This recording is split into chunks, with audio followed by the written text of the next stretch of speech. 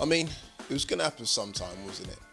But to lose against a team that's 22nd in the league, 22nd in the league, taking, 16 points from 17 games, against a team that's top of the table, flying, 5 points clear at the time, and lose 3 points at home. That's our third home league defeat of the season. Now, I know what you're going to say, well, we're still 2 points clear, Forde, but it doesn't matter.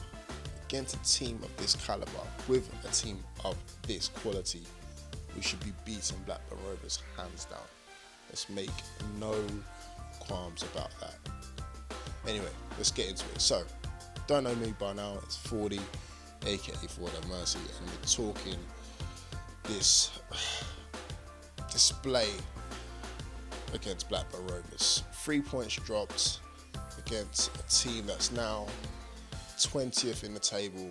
Blackburn Rovers has come, picked 3 points from us, and then run back to Ewood Park, smiling, laughing at us. And let's make no mistakes about that. They came, executed a game plan perfectly. Fair play to Blackburn Rovers. So I don't want to come across as a hater of Blackburn fans, but at the same time, we should have been beating you, and you know that full well. Bang goes my prediction of 4-0. I thought it would have been an absolute whitewash, and that was completely wrong. Anyway, where does the blame need to be pointed?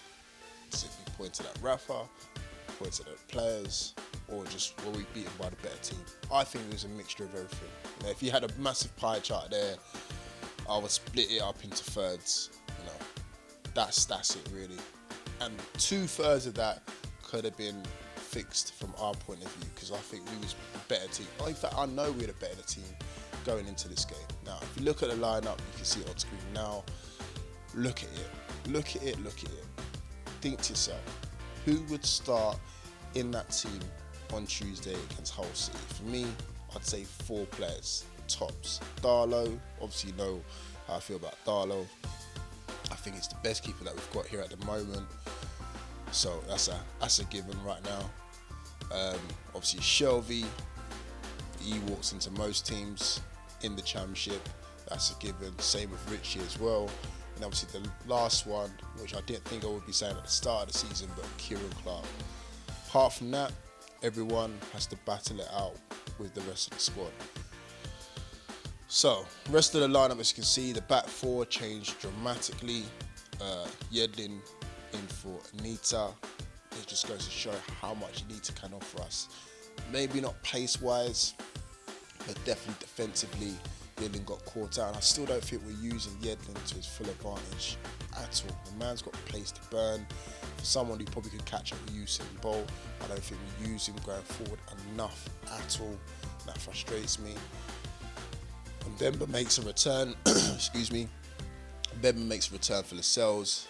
Again, Lascelles should be starting that game as captain, because I'll get into that later on.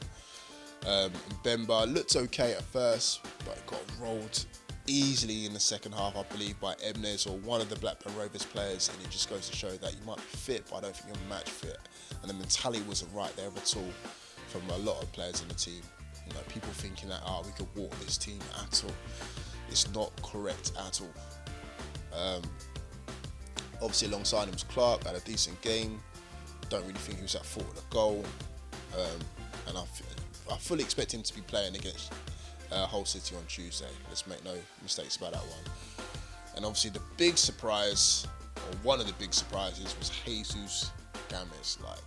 Why would you choose this game to start Jesus Gamis? Maybe Lazar, maybe Haidara, but Jesus Gamis. We've already seen sometimes that he's not the quickest of players, especially at fullback. He can get roasted, and obviously had the unfortunate injury in the second half. Went off with, I believe, a broken clavicle or collarbone, or something along those lines, and I think he might be out for a while with that one as well. And it just goes to show how much we underestimate Dummett as well. When these left backs came in, Lazar came in, James came in before. Bye Dummett. You'll be resting on the bench, picking up a paycheck. But it just goes to show, man, how much we underestimate Dummy. He's not the best going forward, but he gives you a solid 7.5 out of 10 every single week. And obviously Dummett came on in place of James when he went off. In midfield, Richie probably had the best chance of the whole game for Newcastle United. Let's make no mistake about that. Get onto that later on. Shelvey in midfield there. I might joke about this, but it's kind of true. The best way to get rid of Shelvey and make him go missing is stick a captain's armband on him, because I don't think he had a good game at all. Yeah, he picked up a couple Hollywood passes, but when we went 1-0 down, that is the time where a captain, a leader, as much as we compare him to Steven Gerrard with the passes, someone like Steven Gerrard will take the game by the scruff of the neck and say, you know what, we're not losing this game against the Blackburn Rovers, and that's what we needed from him. And did we get that? Not really. Not the best of games from John Joe Shelvey in a black and white shirt. Obviously, we had Atsu in place of Gouffran. Again, it just goes to show, underestimate Gouffran. At the start of the season, we would have thought he would have been sold off down the river, but Gouffran would have been appreciated in this game. Atsu had 2 decent chances in this game and really missed an opportunity to impress before he goes off to the African Cup of Nations, because he needs the game time. He needs this, and I can't really expect him to be playing on Tuesday or Friday for that matter against Nottingham Forest. Up top was the second surprise of the game in terms of team selection. We went with Mitro instead of Gale. Now, the top goal scorer scored 13 goals this season, on fire at the moment. Don't matter about Mitro being on fire, Gale's on fire. Scored 2 in the last game, and then you put him on the bench against Blackburn Rovers. Now, again, was that underestimating opposition or just giving Gale a rest? Because you brought him on, as much as we wanted to see Gale and Mitro play up top together, probably not the best of circumstances to see them both play together. Gale came on in the 83rd minute, too little too late in my opinion, but again, we'll get onto that later on. Mitro had a poor game, touches weren't there, wasn't bringing players into the game, lacked opportunities and chances, didn't really see anything from him, and he was just causing a lot of frustration with people around me, just thinking, this is not the Mitro that we've seen of old. The Mitro that we've seen against Preston, both Preston games where he dominated, definitely wasn't that Mitro.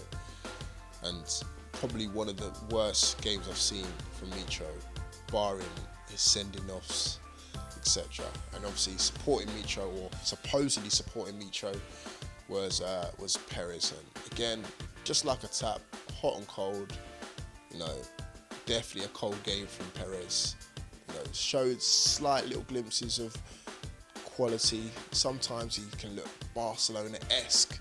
There's no surprise that he was linked with Barcelona, or supposedly linked at sometimes with the sort of play that he brings to the side, but sometimes he just looks like that guy down the pub who's got a decent first touch but got no vision whatsoever. And I hate to shoot Perez down, I hate to, but we still desperately need that number 10 who's going to be consistent for us, consistent throughout the season, not just one game at a time. And it's no surprise that Diame and Perez keep kind of fighting out. None of them have really got a hold of that number 10 jersey at all. Anyway, that's the Newcastle United side. Blackburn, I'm not going to get into it too deep.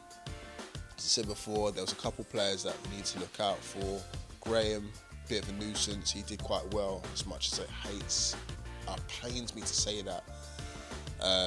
He did quite well. Conway did well. He was, there with a lot of set pieces, a lot of crosses, very tricky, hard to handle. Emnes, when he came on, he caused problems as well. And obviously that man Conway who scored, just goes without saying really. So, getting into the game, starting with the first half. Now, I barely could keep my eyes open for that one. It was a bit of a bore. Chances mainly fell to Blackburn Rovers really. The first chance especially, great cross into the box by Blackburn, fell to Graham and tipped over the bar by Darlow. And that was a sign of things to come. We should have seen the warning signs that were there from the first couple of minutes, guys. But we didn't take them seriously. And then after that, we had a couple of opportunities ourselves. Atsu went narrowly wide with that opportunity. And then after that, I can't really see anything that we could say, you know what, we had that opportunity to make the break. And bang goes 45 minutes worth of football, really. After that, second half, we didn't come out all guns blazing, and we should have. Atsu had an opportunity, again, either side of the second half. At the start of the second half, should I say, that went wide as well. Again, we still didn't really pile on the pressure. Shelby had an opportunity from distance, that went wide. Hayden had an opportunity from distance, that went wide. And obviously Jesus Gamis then went off injured with a broken clavicle, collarbone, and hopefully he gets better soon, but I can't really see him making another appearance in a Newcastle United shirt, or starting at least, anytime soon. Dummett obviously came on in place for him. It got to around about the 70th minute. The best opportunity of the game for Newcastle United again fell to Richie. Great balling by Dummett. And I don't know how many times this season I'm going to say that, but it was a fantastic balling by Dummett. Richie tries to catch it on the volley, or does catch it on the volley, goes over the bar, and that was it really. That was the best opportunity of the game, and Richie knows it. He knows it by far. As I said before, 70 minutes went, didn't really have any more opportunities after that. This was the time to really make some changes, because we're still in the game, we're still 0-0 at this stage. I believe Gale should have come on at that time and changed the game. You know, it's brave of Rafa for changing him in the 83rd minute, because after you're 1-0 down, you're changing the whole lineup. And I know Rafa likes to be, for love of a better word, stubborn. You know, he likes to stick to his guns and make sure that people know their roles in the positions, but I think we should have just gone gung-ho for it a little bit earlier and hopefully get something out of the game, and hopefully got the first goal instead of being trailing and chasing the game. But as I said, after 70 minutes, you know, Blackburn were threatening from corners, left, right and centre all the time. Conway was a nuisance, chances were going begging. They brought off Gallagher, brought on Emnes, who helped change the game as well for them, brought on a different dimension to them in terms of pace, power and raw, just energy running at our defence. And obviously after the series of corners, they had a corner that didn't even go in first time. It was laid out wide, went in after that, and yeah, Conway finished it off, managed to wrap his leg around Hayden's body and finished it into the back of the net. And that was it, 1-0 to the goods, and that was after about 75 minutes. So bearing in mind, 75 minutes gone, didn't really have any clear-cut opportunities apart from Richie's chance, and we're down 1-0 to a team that's 22nd in the league. 22nd in the league. So after that, we still didn't make any immediate changes at all, and we had the likes of, I believe, Goofan on the bench, Gale on the bench. We waited to the 83rd minute. Bearing in mind, in a game, in an 11-a-side game, this is not 5-a-side where it's end-to-end all the time. This is 11-a-side game. If you're bringing someone on in the 83rd minute, be realistic and think about it. You're only going to get probably 3 opportunities at best between now and then. I know there was 6 minutes played and all the rest of it, of added time, but you're really going to get 3 opportunities, and you're bringing in your top goal scorer then. Obviously, they made the change then. Mbemba taken off, didn't have the best of games. Gale on, and that was it really. We had a goal-mouth scramble after that. Game over. 3 points dropped. 1-0 to Blackburn Rovers. There it is. And I know what you're going to say. Yes, 2 points clear still. Still 2 points clear. But all of us was thinking that we're going to win the championship with games to spare. This might be the wake-up call that we all needed, including myself. Because I thought it as well, you know. We're the league, we're Newcastle, we're going to win the league, blah, blah, blah, blah. We're probably still going to do it, don't get me wrong, but we need to wrap this league up as soon as possible and make sure that we fully focus on this game. I know there was one eye on this game, and then the other eye was obviously on the Hull City game, but we should have kept 2 eyes focused on this game and then taken that game when it came. And that was our downfall. And again, it's a wake-up call to all of us that any team, once again, can beat any team in this league, no matter about the league positions. That's the beauty about the Championship. And the second wake-up call as well is that our reserve team, the team that's waiting in the wings, is not as strong as we thought. Because we all know this is a squad game.